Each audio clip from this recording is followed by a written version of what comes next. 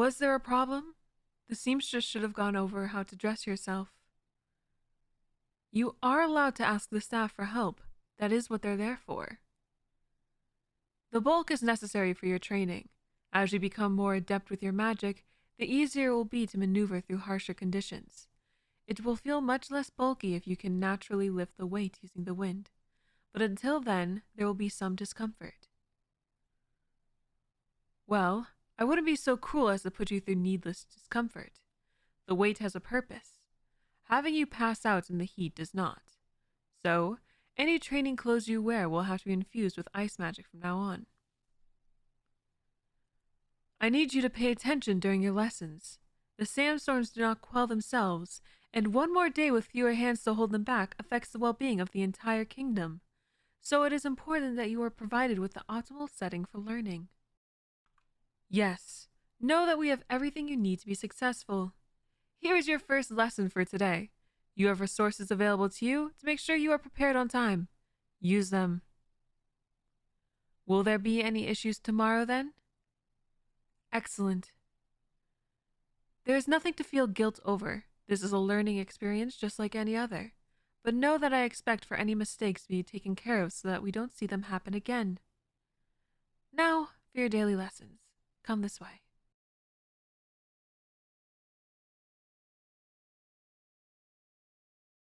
Before we begin, how much education have you received up until now? Regardless, I assume you can read and do basic mathematics based on your previous line of work, correct? That should be sufficient, but we can determine if you'll be needing any supplemental education in addition to your required lessons. Naturally, I'll be the one in charge of them. There are no private tutors in this palace that have as much experience with the art as I do. It would be an even greater waste of time if I went through standard lessons at the scheduled pace with you falling behind. If you are not grasping a concept well enough, I will spend extra time with you that day. That means cutting into your leisure time, but your studies come first. Today, we will cover magic categories and some interactions. Then we will work on applications of wind magic with some training exercises. Once you have basic control, we can work on refinement. I'm sure we would all like to believe that much of the basic understanding of magic is common knowledge, but that is unfortunately not the case.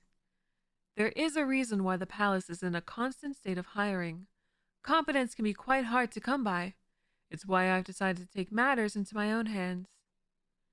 You are the first and only apprentice I've taken on. Our usual hires go through a separate application process.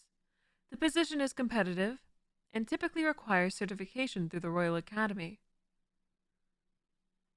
Ha!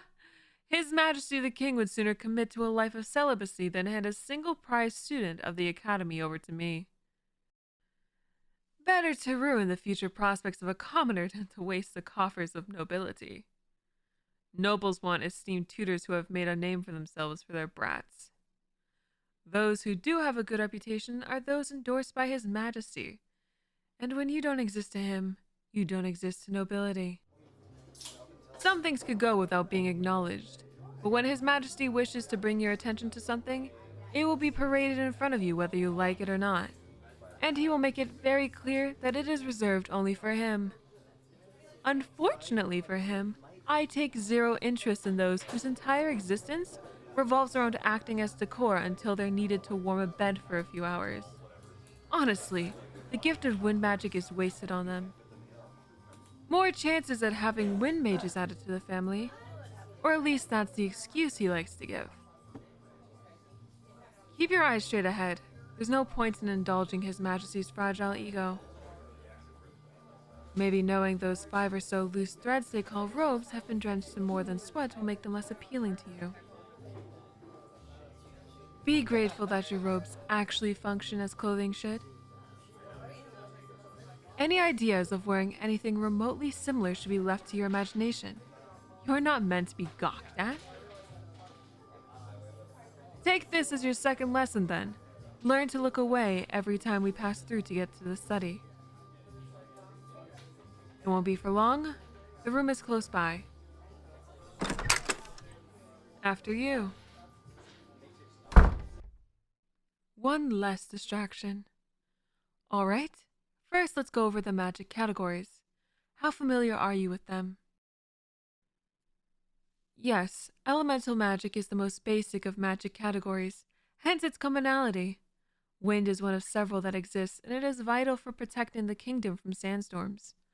Water mages keep the desert habitable and ensure our supply is purified for safe drinking. Fire is versatile in that it is used for cooking, smithing, and keeping warm during the night. Ice, by contrast, is used for keeping cool during the day and preserving food. Earth magic is used for building and tilling soil. Lightning generates power for utilities. Light provides a means of seeing at night, and dark provides shade from the sun.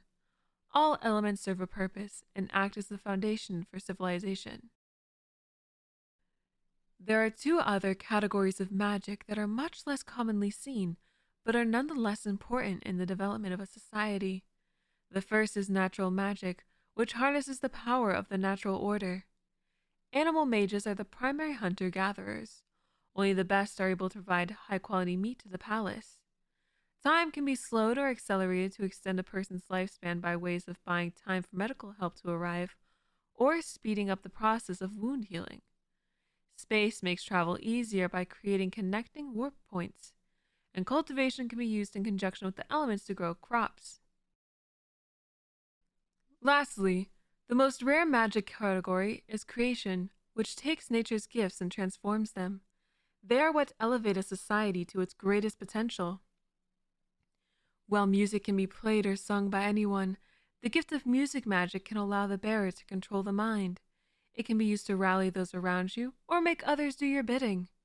It can be dangerous if left in the wrong hands. Luckily, there aren't many natural users in existence.